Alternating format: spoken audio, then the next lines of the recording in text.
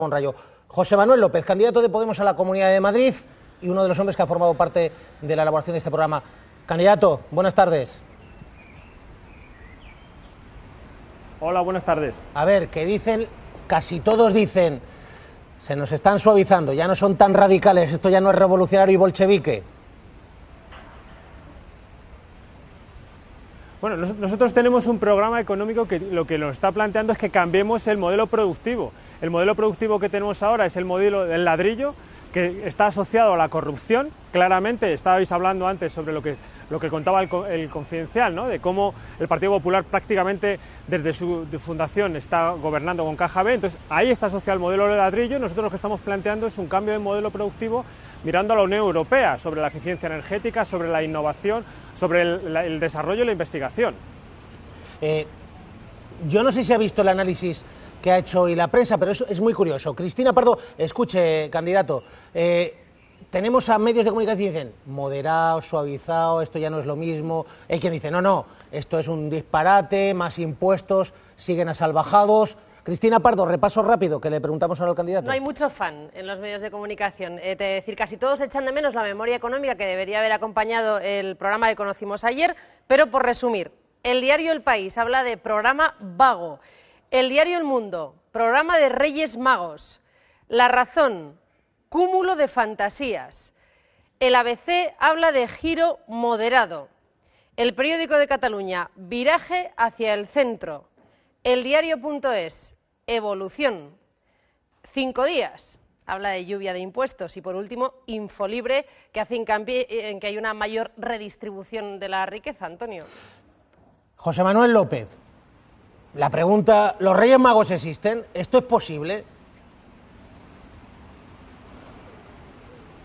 Los Reyes Magos, bueno, iba a decir que son los padres, pero claro que es posible. Lo único que hay que empezar a trabajar de otra manera. Lo que es insostenible es el sistema actual que nos ha endeudado y que no ha generado desarrollo ni redistribución. Hay otra posibilidad de hacerlo. Nosotros estamos mirando a Europa y los países europeos lo están planteando. La Unión Europea nos está planteando un objetivo 2020 que tiene que ver con un cambio en la forma de producir y nosotros lo estamos planteando.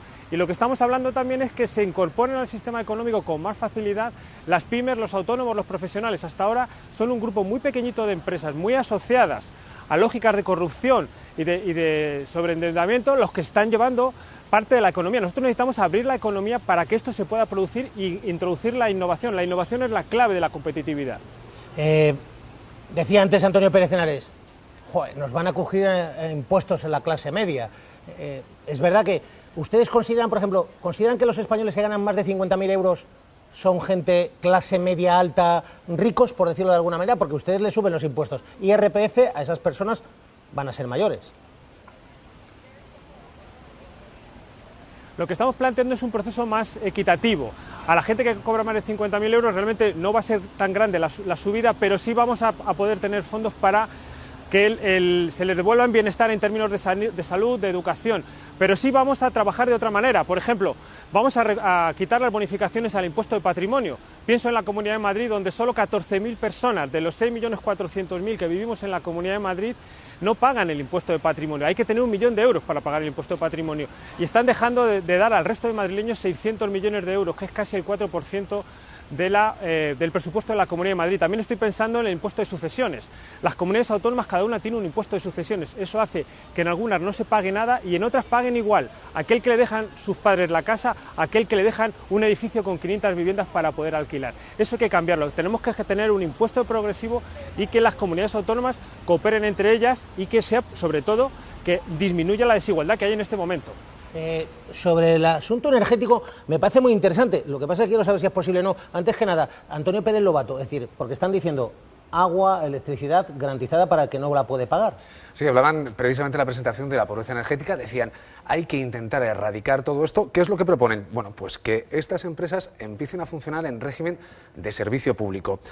Lo que quieren es que, por ejemplo, no le puedes cortar la luz, la electricidad, el agua por impago a alguien en su primera vivienda, no puedes tampoco, bueno, de hecho, una vez que se evaluara todo esto, dicen que se evaluaría desde la Administración, bueno, los gastos de energía no podrían pasar a más de un 10% de la renta de esta persona que fuera cortada en otra situación. Candidato José Manuel López, ¿y eso quién lo pagaría? Si alguien no puede pagar la electricidad, el agua y ustedes la garantizan, porque no puede pagarla, porque no tiene esas condiciones económicas o sociales, es decir, ¿quién lo paga? ¿Lo pagan las empresas? ¿Lo paga el Estado? ¿Lo pagamos todos? Hay que recordar que ahora mismo las empresas eléctricas están poniendo 200 millones de euros para el bono social asociado a la pobreza energética. Y es llamativo que ese bono social, que afecta a 2,5 millones de hogares, no está yendo a la gente que le están cortando la luz. De esos 2,5 millones de hogares, 2 millones son aquellos que tienen menos de 3 kilovatios contratados.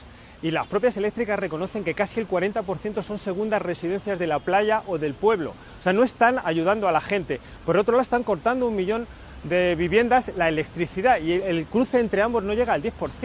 Entonces lo que le estamos planteando es un cambio en la lógica. Esos 200 millones de euros tienen que ser gestionados a través de los servicios sociales, que sean los servicios sociales los que digan a quién hay que pagarle a quién la luz y a quién no. Eso es mucho más útil para la gente a que le están cortando la luz y para las eléctricas, porque hay que recordar que cuando a alguien le cortan la luz, las empresas eléctricas lo que están haciendo es contratar a empresas que hacen inspecciones visuales, que ya están poniendo un dinero, y cuando a alguien le ven conectado a la luz, si debe más de 400 euros es un delito penal, y por tanto la eléctrica tiene que contratar a un procurador y un abogado para reclamar un dinero que no le van a pagar. Al final las eléctricas ponen esos 200 millones y otros 100 más. Es mucho más sensato que esos 200 millones vayan directamente a la gente que lo está pasando mal vía servicios sociales. Eso estamos proponiendo. Una cosa más, en 30 segundos, sobre los desahucios. Antonio Pérez Lobato, porque dación de pago de carácter retroactivo y luego, ¿qué es eso de deuda de buena fe? Claro, es que separan entre el deudor de buena fe, es que podríamos separar dos cosas, entre las programas, la parte de programa que tienen sobre deuda y la parte de programa sobre el desahucio. Sobre esto vemos una de las cosas que decían, bueno, dación en pago a efecto retroactivo. Y también veíamos otra cosa, que no se tengan deudas por encima del patrimonio. Es decir, si yo he comprado una casa, he pedido un préstamo sobre esa casa, la casa ha bajado, bueno, que se retase. Una nueva tasación de todas las viviendas. Con lo que ¿Cuáles son tus dudas respecto a esta medida? Mis dudas suponen muchas cosas. Es decir, la principal de todo esto es, si tú pones una dación en pago a efecto retroactivo, si también obligas al banco a que se retase ese crédito, estamos hablando de que tú estás haciendo formalmente una serie de quitas al banco. Nosotros tenemos ya una experiencia de qué es lo que pasa cuando los bancos están mal. ¿Qué pasa? Los bancos, cuando están mal, los rescatamos nosotros. Y esto suele suponer, cuando tú obligas a quitar un poquito de las cosas a los bancos, al final termina pagándole de siempre. Candidato, ¿puede esto debilitar el estado salud financiera de nuestro sistema bancario, cajas, bancos? O sea, lo que no es sensato es que cuando el banco está mal le rescatemos y cuando la gente tiene un problema no lo rescatemos. Eso no va a quitar gran problema. No estamos hablando de grandes cantidades. Lo que estamos hablando es que la gente se ha endeudado sobre una vivienda que ha bajado de precio y está endeudando para el resto de su vida. Y eso no puede ser. La gente tiene derecho a una segunda oportunidad. Y en eso estamos planteando. Nosotros estamos preocupados, por ejemplo, con esas viviendas que han sido desahuciadas y tienen los bancos que tiene el Sareb y está reteniéndolas en este momento también para subir los precios de la vivienda y volver a generar una nueva burbuja. No estamos de acuerdo. Tenemos que plantear todo este sistema inmobiliario, todo el sistema de los desahucios para que la gente pueda seguir adelante. Ahora mismo lo que tenemos es muchas personas que no tienen futuro y eso no puede ser. José Manuel López, candidato de Podemos a la Comunidad Autónoma de Madrid. Solo una cosa más y le pido un titular, porque me dicen que el ministro de Economía, Luis de Guindos, ya ha hablado de este programa económico y dice, respóndale, pero antes escúchelo. Una cosa es predicar y otra es dar trigo, dice de Guindos, escuche. Lo que he visto es que hay mucha subida de impuestos, que consideran que ya a partir de 50.000 euros al año pues ya son rentas excesivas. A veces hay gente que piensa que gravando todo lo que está por encima de eso, pues evidentemente pues se está haciendo política social. Yo creo que eso lo que hace es dañar los incentivos de una economía. Después también hay muchísimas contradicciones. Yo siempre digo que una cosa es predicar y otra es dar trigo, ¿no? Antes me comentaba usted por el tema del rescate, ¿no? Yo creo que lo que hay que evitar es volver a poner a España en dicha situación. Es decir, porque a lo mejor una vez salimos, pero a lo mejor la segunda no salimos. Con ustedes, si mandasen, ¿tenemos riesgo de no salir? El señor de Guindos era el director ejecutivo de Lehman Brothers en España y Portugal, que ahí está el origen de la crisis. O sea, él tiene responsabilidad en lo que estamos.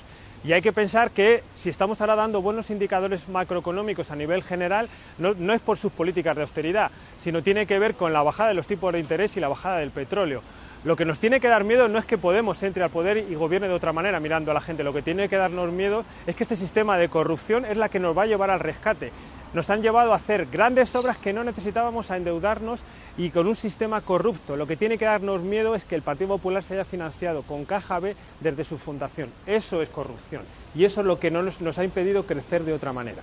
José Manuel López, candidato a la Comunidad Autónoma de Podemos, uno de los hombres que ha formado parte del equipo que ha elaborado este programa. Por cierto, no estuvo ayer Monedero. No sé si significaba algo o... No, Juan Carlos es un amigo, yo le conozco hace muchos años y siempre a los amigos se les echa de menos. No, Juan Carlos entregó su proyecto, que es el programa de ayer, y él va a tener otra posición dentro del proyecto que es Podemos, y ayer, bueno, pues yo personalmente le eché de menos, pero no significa nada. José Manuel López, gracias una vez más por estar aquí y responder a las preguntas. Gracias, suerte.